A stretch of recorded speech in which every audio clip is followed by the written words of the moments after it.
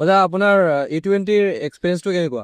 অঁ তাৰমানে প্ৰব্লেম একো নাই। প্ৰব্লেম হ'ব লাগিছে মানে মেইন ঘটনা হ'ব লাগিছে যে প্ৰব্লেমটো একোৱেই নাই, কিন্তু খালি বাইক মাজে মাজে বন্ধ হৈছে।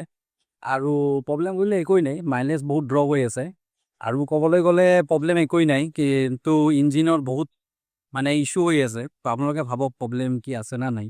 তো যিহেতু গভৰ্ণমেণ্ট কৈ আছে যে ভাল ভাল বহুত ভাল দিছে E20, তো চাব পাৰিছে মোৰ যোনটো চলিছিল স্পীড হ'ব লাগিছে, মোৰ বহুত উঠিছিল, কিন্তু ঘটনা হ'ব লাগিছে এতিয়া E20ৰ কাৰণে না বাইক স্পীড উঠে না একো উঠে। আৰু তাৰপিছত মেইন প্ৰব্লেমটো হ'ব লাগিছে ইমান মাইলেজ ভাল, ইমান ভাল যে ডেইলি মোক এতিয়া 200 টকা 300 টকাকৈ নিব লগা অৱস্থা হৈছে। বিৰাট ভাল মাইলেজ, মই একো নকওঁ এইটো বিষয়ে।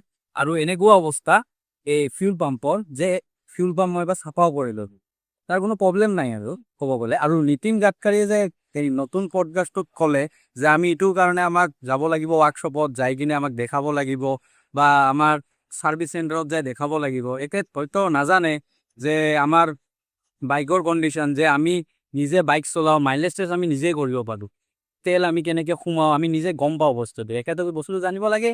আৰু এইখিনিয়ে আৰু যিমান পাৰক আৰু কিবা কিবি বনাই দিয়ক, আৰু পালে তেওঁলোকে আকৌ ইয়াতো গান্নাৰ ৰস মানে আমাৰ কুঁহিয়াৰৰ ৰস সোমাইছে আৰু কিবা কিবি সোমাই দিয়ক, আৰু এইটোৱে লাগে আৰু মানে তেতিয়াহে ইঞ্জিনটো বন্ধ হৈ পৰি থাকিব, আমি নতুন বস্তু কিনিব লাগিব, আকৌ নতুন বাহন কিনিম, আমি চলাম নাই কি।